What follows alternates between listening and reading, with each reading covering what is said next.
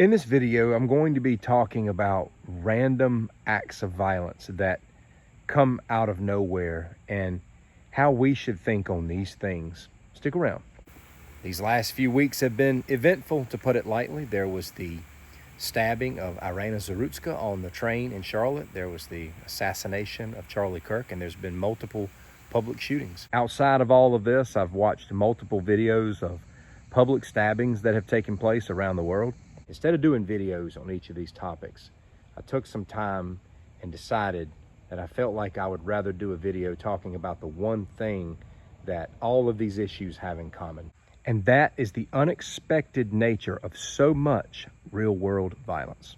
As much as I can, on my channel, I try to stay away from our political differences because my main goal with 411 Outdoors is to help people survive, to help people have the tools necessary when it comes to issues of life and death. We all may disagree on certain things, but the one thing we have in common is the fact that none of us are above the reality of sudden violence. And I'm talking about the kind of sudden violence out of the blue that could claim each of our lives before we even knew what was happening. And here's the question I want to try and answer in this video. Can we prepare for this violence? Is it possible to prevent all of this? Or is there some things that may still be left outside of our control regardless of how much we train or how aware we can be? These are the things I want to talk about, and this video is going to be very deep. I didn't want it to be about our opinion on all of these different stories or the different political angles. I want to talk about real world survival as people. I believe that we can do a very good job preparing. I think we can get very good at surviving, but there's still always the reality of the fact that there are so many things outside of our control. Take Irina, for example, on the train. She sits down on the train in front of a guy, and all of a sudden, the guy takes out a knife and begins to stab her. This took place suddenly. There's so many things we could talk about what she should have done and how the situation could have worked out differently and how these other people could have stepped in and helped her. But this happened very fast. It happened way too fast for anyone. Some guys could have jumped on him, and they should have, but it didn't change what happened to her. It didn't change the sudden nature of the real world violence that did the damage. Are there some things that could have been done differently? Well, yes, there is, but I'm very careful about just throwing out what could have been out of respect for her. I think about situations where I walk into a room. If I walk into a room and there's somebody in that room wearing a hoodie, I'm not gonna take my eyes off of that person or turn my back to them. And I'm talking about wearing the hood over their head indoors. They already look suspicious to me. When you've got your head covered indoors, you look suspicious. I'm walking onto this train. I wouldn't sit in front of this guy. Now, again, I'm not throwing stones at her. She was an innocent girl trying to get from place to place, trying to start a new life for herself, and she was trusting that everything would be okay.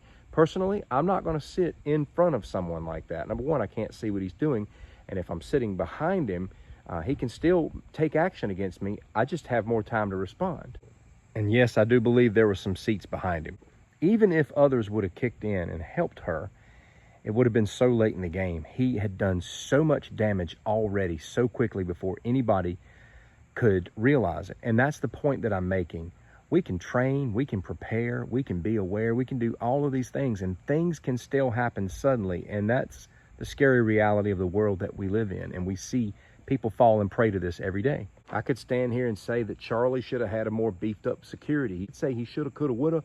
He should have had people going here and there, and all of that would be true, but it still wouldn't guarantee his survival. But it wouldn't hurt it. When it comes to public shootings, does it help to have people in place who can do security? Absolutely. They should be there. We should have that, but still doesn't guarantee anything. My point is, just because there are so many things outside of our control doesn't mean that we as people need to stop looking at every possible angle to change the game.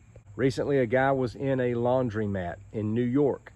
Looked like he was sitting at a table and minding his own business, and all of a sudden, the guy pulls out a knife, starts stabbing him out of the blue. I think one of the first steps to survival when it comes to all of these things is we need to stop being shocked that they're happening. We keep pretending like these things aren't going to happen. Next thing we need to get cemented in our understanding is that action is so much faster than reaction. This is why we stress maintaining proper distance at all times. The world we live in is this simple. You could be in a grocery store, you could be in a mall, you could be anywhere, and then somebody could reach down and pull out something like this big K-bar knife and start going ballistic on everyone. When we're in public, there's always got to be a little something in the back of our mind that knows that can happen. Are you at least a little bit prepared for that? Something else I believe can make our survival rate go way up is getting good at not putting ourselves in situations where we are a sitting duck. I know some people have no choice but to use public transportation, but I cannot stand public transportation. I'm just glad that I don't have to use it, because I have seen so much footage of people who are trapped like sitting ducks with maniacs in these environments. If we are in a place where we have to be in a sitting duck position, that is where our preparation to respond and our attention to things has to go way up. And I have to keep stressing these things because people naturally don't have that disposition in these environments. They're still looking at their phones all the time. They're still turned inward. They're not really paying attention and really thinking about the possibility of what can go down. I'm not wearing earbuds and listening to music in environments where I need to hear what's going on. If you're going to be around people, if you're going to be around strangers, you have to have this stuff in the back of your mind. If you don't want to think that way, then have at it, but it doesn't change the statistics. If you're an influential or outspoken person confronting issues that people are largely divided on, you better be ready for somebody to try to take you out every day. People are more emboldened to do crimes today because they don't pay for their crimes the way people used to in times past. We're living in a time where somebody can off someone, get taken in, and then just turned around and released. So we have to develop this mentality that nobody's coming to save us, and we can't expect everybody to do the right thing. I did a video recently that couples with this one perfectly, titled "The 3 Primary Ways That We Survive Criminal Activity." And I could just take that video and tack it right on the end of this one.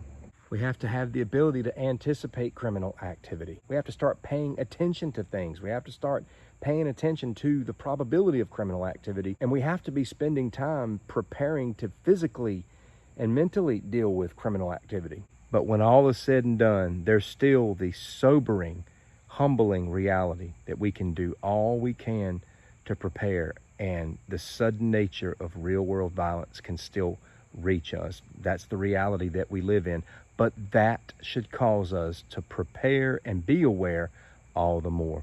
Take care.